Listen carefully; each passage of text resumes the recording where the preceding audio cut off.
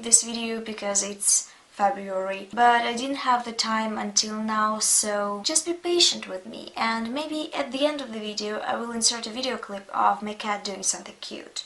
I don't know yet. I didn't read a lot in 2016, it was a bit of a failure year for me in terms of reading. I read 40-something books, and in 2015 I read 2 times more. You have to understand my disappointment. But the good thing about it was that it was easier to determine which books I loved in 2016, because there were not many. They are in no particular order, just the books that I remember first and added to the list. The first book that I want to mention is the last book in a series that I absolutely adore. It's The Raven King by Maggie Stiefvater, the 4th book in the Raven Cycle series. I personally loved it. I loved the experience of reading it. I know that a couple of people were disappointed by the ending of the series because not all the plot points were tucked in, but in my opinion this book was not written to explain everything that happened in the 3rd, 2nd and 1st books, because it wasn't the point of the series at all. A lot of stuff in the series was written in for the atmosphere, to make it whimsical and fantastical. That, in my opinion, what makes it special, besides the great characters. I absolutely adored this series, and now it's one of my favorite fantasy series. I made a review for this book, so I'm not going to rumble more about it. You can watch my previous video. The next one is The 13th Tale by Diane Setterfield. I actually loaned this book, and I don't expect to get it back, to be honest. You know, when you loan your books, you have to deal with the fact that people might not get it back to you. Even though I really love this book and I would really like to own it, and I actually own it, but where's my book? You know.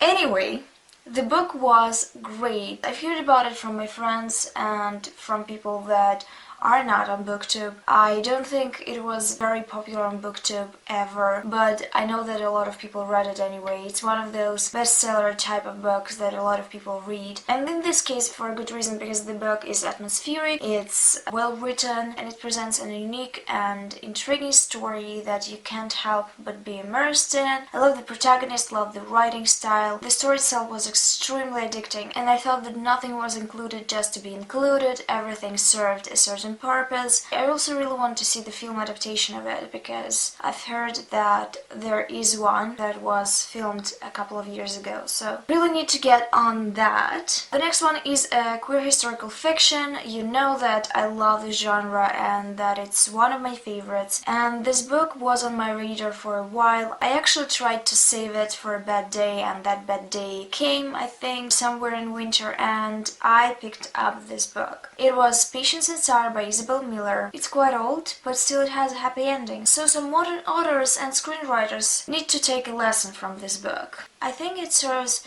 not only as entertainment, but also as commentary on a woman's position in society at that time, and also about queer relationships in society at that time. But some things were still relevant in this age as well. I just enjoyed every sentence, can you believe me? I wanted to quote it, because everything that was written in it was so honest and so true, and all the experiences these characters experienced, I experienced as a queer woman to some degree in my real life. It follows two women. One of these women is in her 20s, she's from privileged class, and she lives with her brother and his family. She is incredibly annoyed by the fact that she has to do it, because she's extremely immersed in her art, and the only thing that bothers her is that she has to live with her relatives, because this house was actually left to them by their father, and she has all the same rights to own it, but because she's a woman and she's unmarried, she cannot own it. The other woman lives in the village, and she is one of the oldest siblings, so she takes a masculine role in her household and tries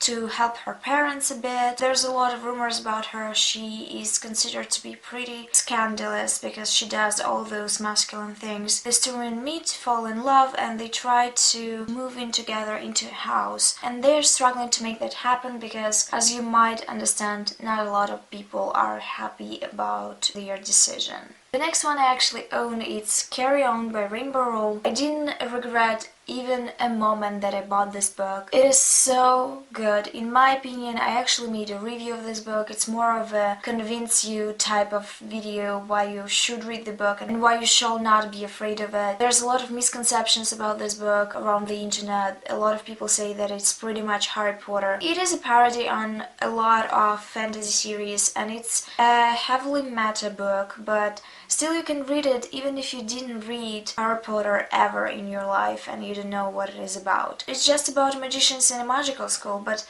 a lot of people do that now, so we cannot really say that it's somehow tied to Harry Potter. This book is also very entertaining. I loved both the plot and the relationships between the characters. It also has a queer romance in the center of it, which is also great, always great actually, because there's not a lot of fantasy books that are so blatantly queer like this one. I really enjoyed it. I feel like I'm going to reread it in the future because I just absolutely loved it, and it read so well, it read so easily. The next one is surprisingly from sci-fi genre. I don't read a lot of sci-fi, so this one had to be good to be on this list. I always promise myself every year that I'm going to read more sci-fi, and that never happens for some reason. It's The Long Way to a Small Angry Planet by Becky.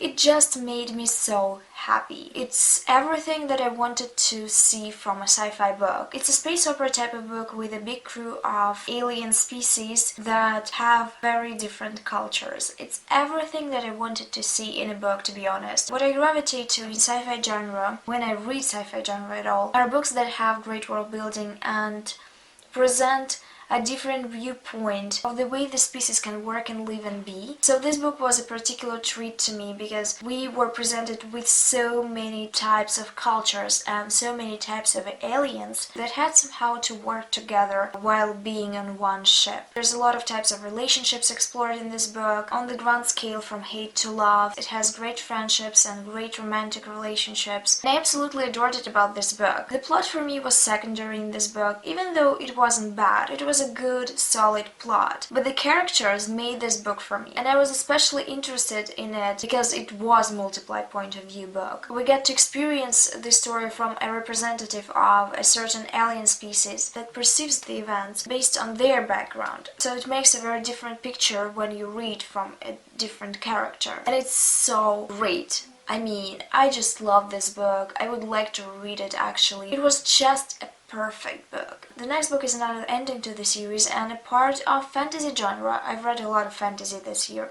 I just love this genre, so that's not a surprise for me. It's The Crooked Kingdom by Leigh Bardugo. Oh my god, this book. I mean, it is bust, a lot of people loved it, but they loved it for a good reason. Leigh Bardugo just upgraded her writing so much. There's so much stuff happening in this book. I think my heart raced through the whole thing because the action was happening every second chapter and it was not overdone too, especially because stuff happened to different characters. It's a multiply point of view book as well. I love the experience of reading this book and I loved every second that I spent with it. So in my opinion it's just stellar and brilliant, and I believe a lot of people that don't even read young adult fantasy will like it. I think in complexity and character development and relationships it's on the par with adult fantasy. The next one is non-fiction. I didn't expect non-fiction to wow me that much. It's Tiny Beautiful Things, Advice on Love and Life by Dear Sugar, written by Cheryl. Cheryl is just an amazing author. She just knows what to tell you. She just looks into your soul and knows which words you need to hear. The basic idea behind this book is that it was an online column to where people could send their questions, and Cheryl Strait, under the pen name of Sugar, wrote them back. And these letters, they're just so heartfelt. You could see that Cheryl Strait took a lot of thought when she wrote the answers back. I don't want to say anything pretentious like it changed my life. It changed my idea on empathy and how it should work and how you should talk to people. I highly recommend this book to everyone, to be honest. And the last book that I want to mention is Of course, King Rising by Pacat. I love this series. I reread them already, which should tell you a lot because I read it in 2016, I think, and I already managed to reread it in 2016. It was everything. These books were everything to me. I know that a lot of people have issues with it because there's a lot of abuse and violence in these books. If you're not ready to read about it, why you read about it? Because there's a lot of trigger warnings in these books. It has to do with slavery, it has to do with rape, but it also is a great commentary on that. It is not included for the purpose of fun. It is included to make you see how horrible it is. I absolutely love this series for one exact reason. It is the best portrayal, in my opinion, of the hate-to-love relationship. It's the most realistic one. I believed in these characters, I believed in their relationship development. This series impressed me. That's all the books that I wanted to mention in this video. Tell me in the comments down below which books you loved. That's everything, guys. Thank you for watching this video. I hope to see you soon in my next one. Bye!